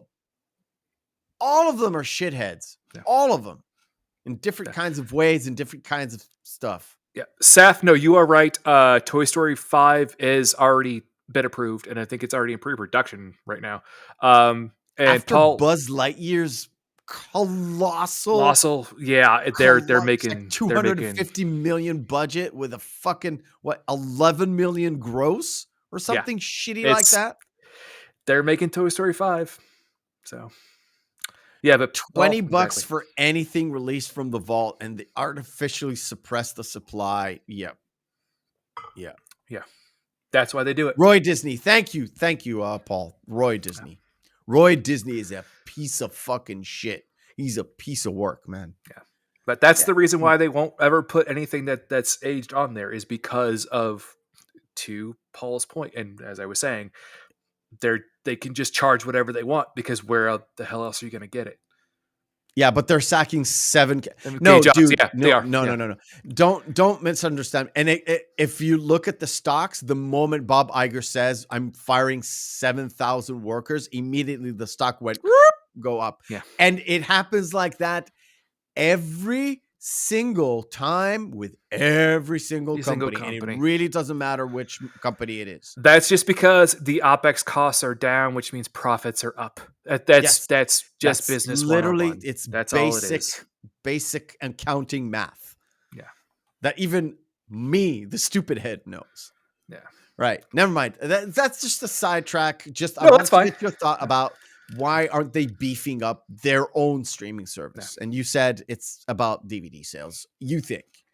I think it's about that they can control the supply and demand of their own product, and they know they can charge a higher premium at basically very near to zero cost on their behalf.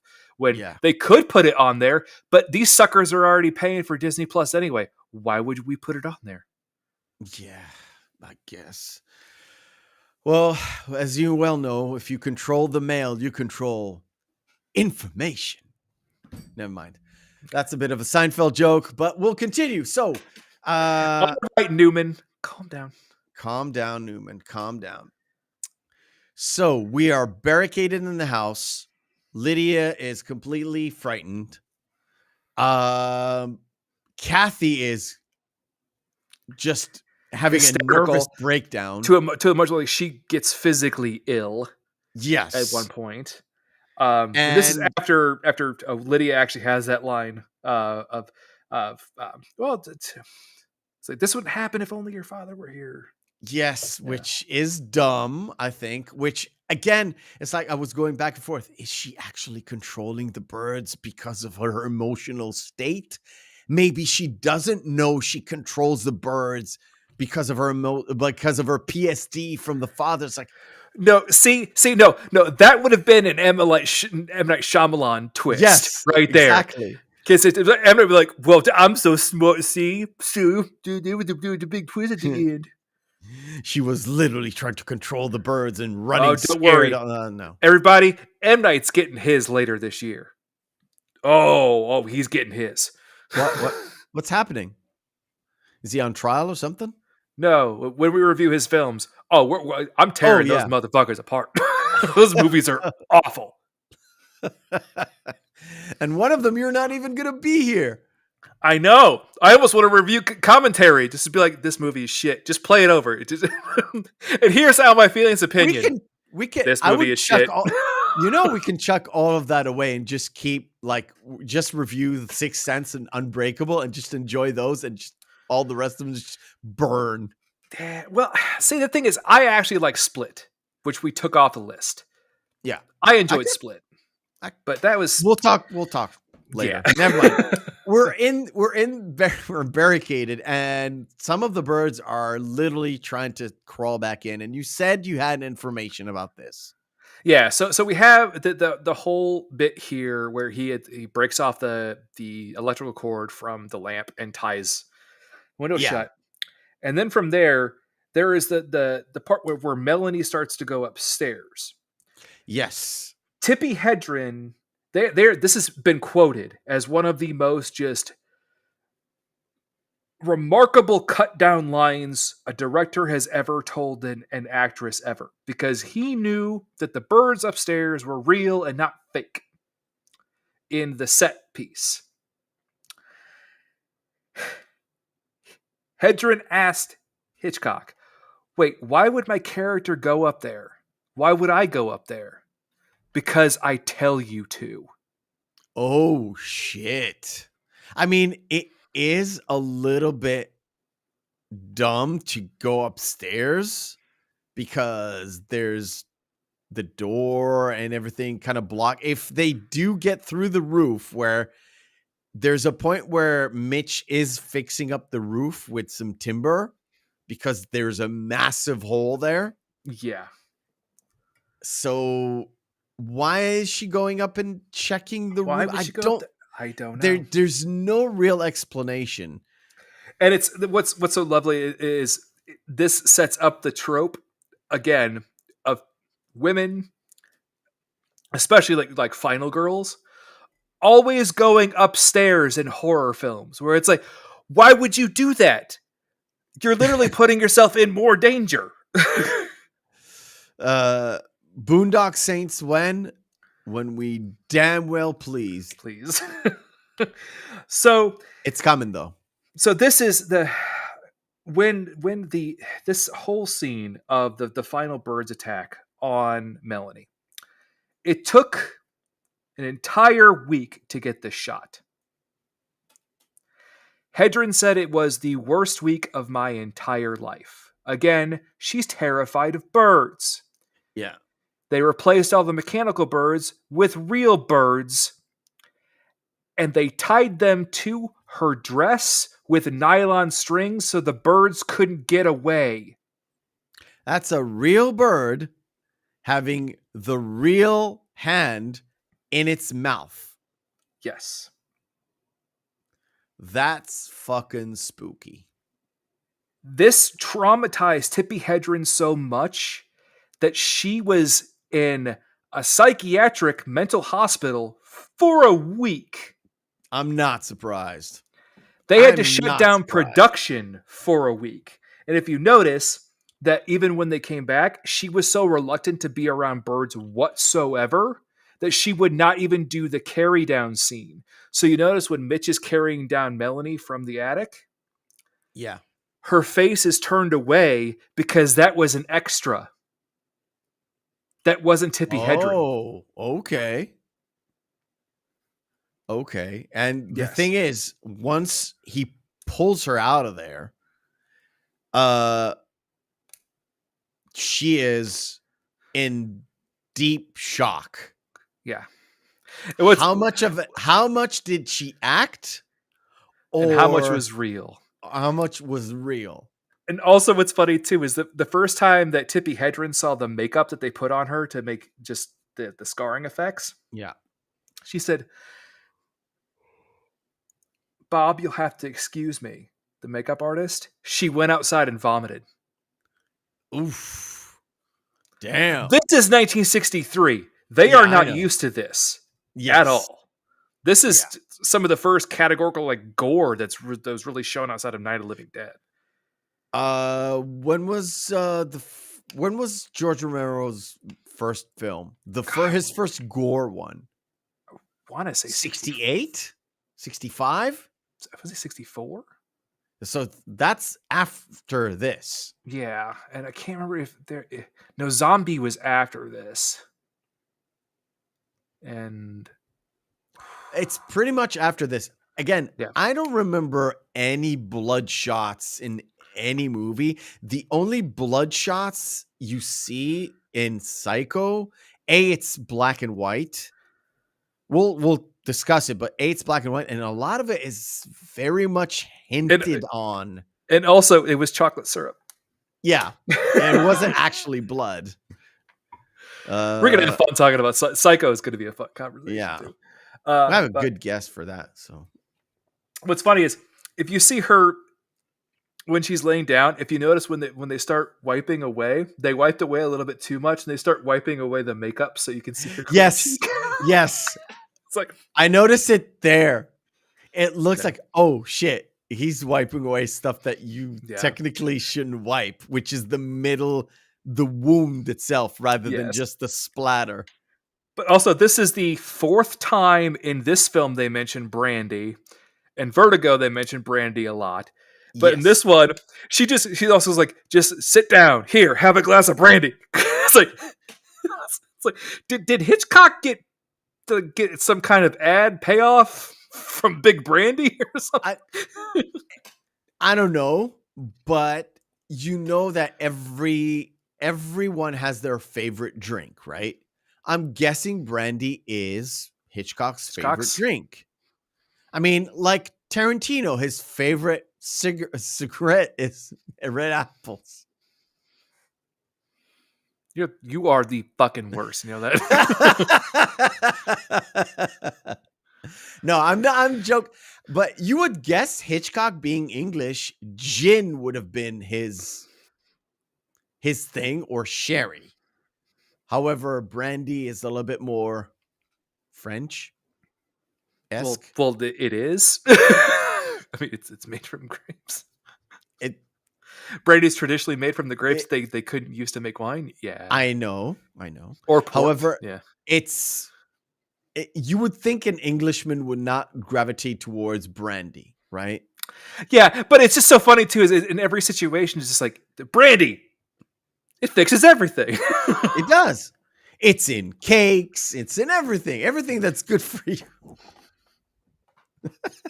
No, I'm joking, but yeah, it's either brandy or scotch in everything, because brandy and scotch, it's traditionally what you would have get is the main bottle, then you would have opened it and put it in a decanter for hosting and everything. So you had the brandy decanter, which is typically I think it's typically clear, and the scotch is typically made with glass, which is either fractured or had frosted, but it's ridges.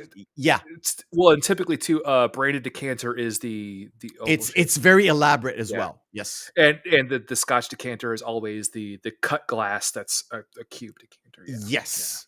So because they're both basically brown liquids. So which, this is the brandy and this is the scotch. This is what I know, and I'm not a big drinker, right? But I've seen plenty of movies, and I've been in a situation where it was presented in a little cart on wheels at my grandmother's place. Yes, that makes sense. Tracks. It's so weird, but Okay. This shot is like, we need to run away from the house. We need to get the car, but the car is outside in the garage.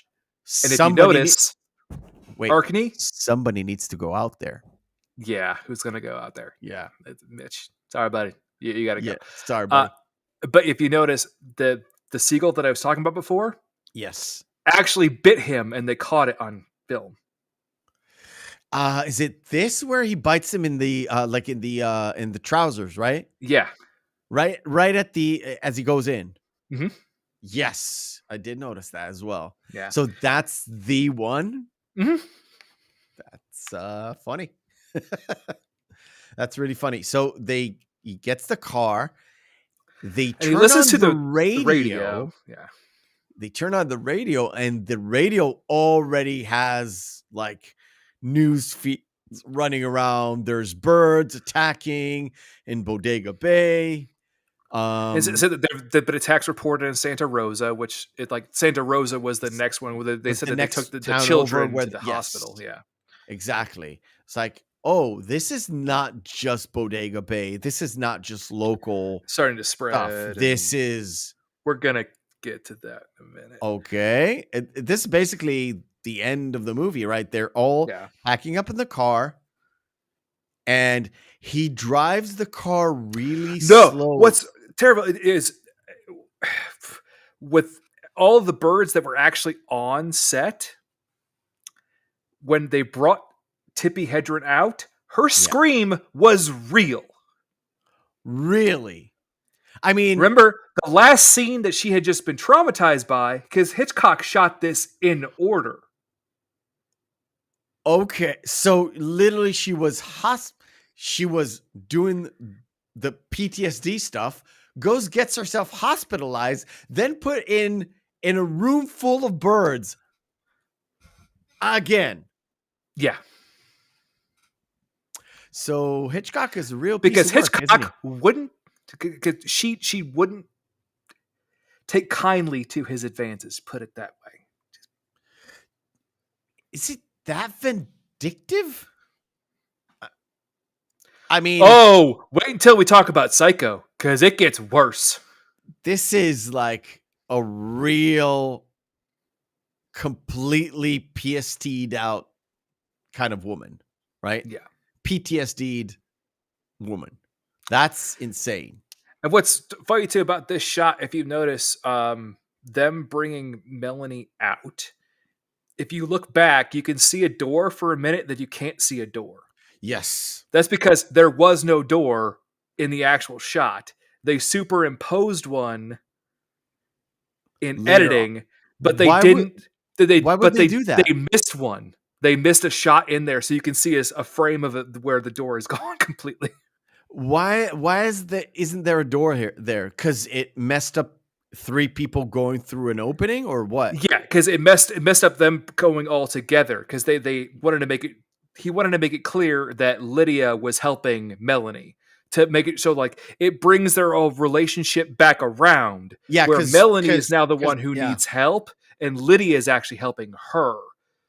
Yeah, because they had their moment earlier on. Yeah, okay. Got it. Yeah.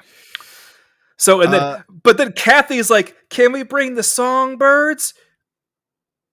Bitch, do you not realize what's trying to kill us right now? Yeah. Kathy, shut up.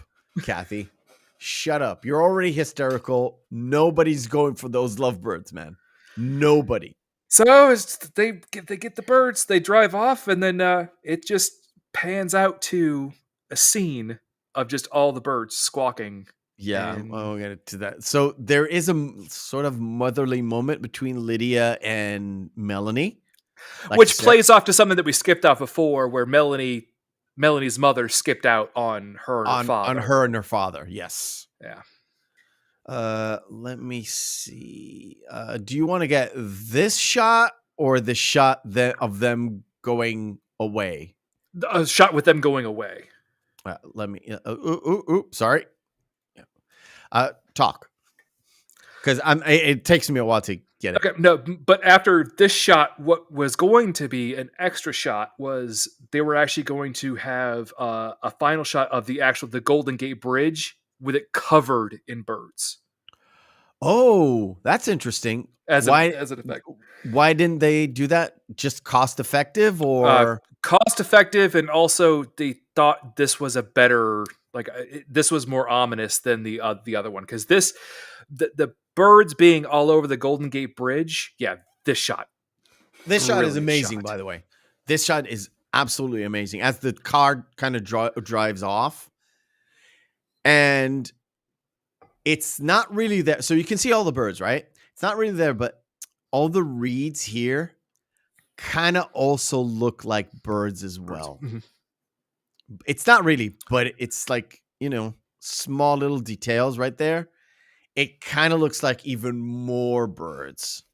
But this shot is fantastic. Yeah. But with the Golden Gate Bridge scene would have been more akin to the ending of Du Maurier's novella. Oh. Where at the end, like that's they're the last characters that are left and everything is just absolutely ruined and destroyed. He wanted to leave it on an ominous tone, but not where it's absolutely like all hope is lost. Okay. I think what he was trying to do with this, because you see the sun coming out from the clouds, right? Mm-hmm. You're like, oh, this is the end of the world as well, but there's still a silver lining, like hope. you said. Yeah. Mm-hmm. It's still a silver lining because they did manage to get out of there. They weren't attacked immediately on sight on the outside. Yeah. So, yeah, and as a conclusion, I was like, yeah, there's like it literally is such an abrupt end. It is so jarring. It's like, I want to get a definitive answer. You don't get a definitive answer. And that's the reason why Hitchcock fought against it, going to a smash cut of the end. Yeah. Instead, it just goes out to the squawking of the birds, and then it goes to a universal picture release, and that's it. Yeah. The thing with this is like, even if you would have gotten the end, you would still be going out of the theater. It was like, what the hell just happened? Well, especially if you were at that premiere. A premiere, yeah.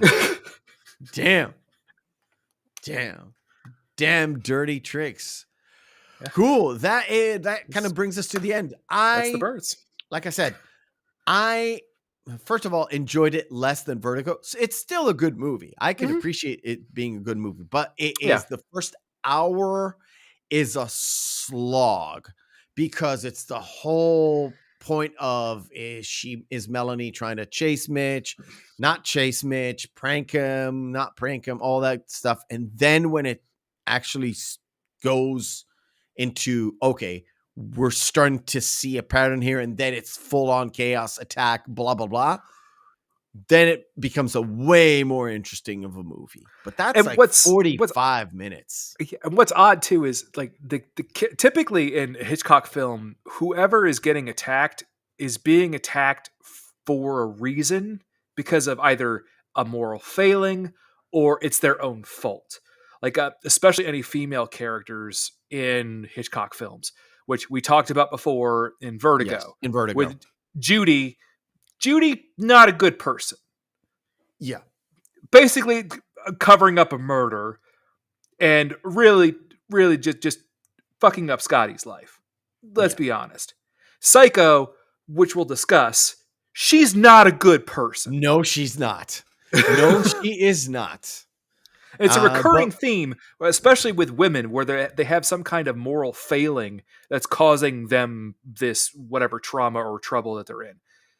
Yeah. With Melanie, however, it is like when Hitchcock made it, he wanted to make a horror love story.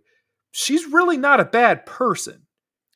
Yeah, she's being kind of slandered into being a bad person, which gives Mitch the wrong idea about her. But even she tells the whole story about what she actually does with her free time, when she interacts with people, she's actually being nice, so nice that people give her what she wants.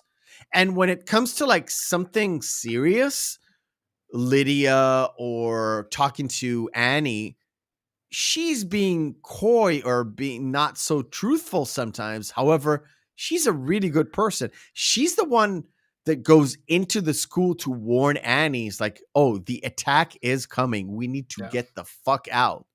Rather even than there, like she's going on a limb to call her father. And he's like, hey, put out that yes, Seth. To paraphrase, which I already made that joke earlier, but I get in. The bird is the word, Dad. Yeah. Dad, put up the APB. Come on, let's go. Yeah, it's just we're supposed to think something about her. However, she's not really that. Well, and she even tells Mitch about what she actually does in her free time during the week, where she's fostering the care for the Korean boy to get his education, and she's also like she's volunteering and she's doing all this stuff. Like she is a socialite, but she's at least trying to do something positive with her time. So, which brings us to the question, or not the question. The answer is the only failing she has is literally not the character failing, is the real life failing to submit herself to Alfred Hitchcock. Well, no, because the character was always written that way. It didn't matter. I mean, what Tippi Hedren went through specifically was because of her failing to acquiesce to Hitchcock's. Yeah. Okay. So I'm going to give it a 7. I don't know. I felt like giving a number, but I'm not really going to give it a number. I will say though, I do agree with you wholeheartedly. It's not one of my top lists. However, it is. Yeah. If you say Hitchcock is literally Vertigo, The Birds, Psycho. And you think about and North by Northwest, Rear Window, yeah, but those are like the big ones. Especially, I think, as we started off with, I believe Hitchcock's best film, and also one of my favorite films of all time. It's kind of all not really downhill, but it's a bumpy road ahead. Yeah, it is a bumpy road ahead because Rear Window is strange. It's strange, and it's also very slow. Yeah. Yes, it's very slow. Yeah. I did manage to watch it this week, so we'll get to it next week. Which kind of brings us to the end of the show. Yes, next week, ladies and gentlemen, out there, and Jacob in the chat will be here with us talking about Rear Window. Another Jimmy Stewart, another Hitchcock, and a very, very interesting movie. It has a lot of concepts that were really developed about a decade later, but we'll talk about it. Mm-hmm. Go watch Rear Window. Another Hitchcock movie, and we'll see you next week, I guess. I don't have anything else. That's about it. However, I do have an outro with a different sound because I did promise it. Right, ladies and gentlemen, thank you for joining us. Thank you, All My Feelings. It was great. Meph, are you doing a watch along this week? Just to let everybody know. Yes. Oh, yeah. Thank you for keeping me on track. If you want to interact with the show, at Meffistoe on Twitter, at Meffistoe79 on Instagram. Always email the show at the Reel McCoy podcast at gmail.com. And come and watch this with you on the Monday watch party. We are going to watch Chef from 2014 because that's a great movie. A lot of people did not watch this movie. You know, a mutual friend of ours did mention on Twitter that he loves that movie and he watches it every few months, and that kind of caught me by surprise. Really? Duracell. Juro really loves that movie. It's a great film. So it's a great movie. Yeah. Jon Favreau, one of his absolute finest. Mm-hmm. So get a copy of it. Try to get somewhere, streaming service or DVD or whatever, Steelbook, whatever you want. Get a copy of it, and we'll watch it together on the Monday watch party. And we'll see you next week. Have a good one.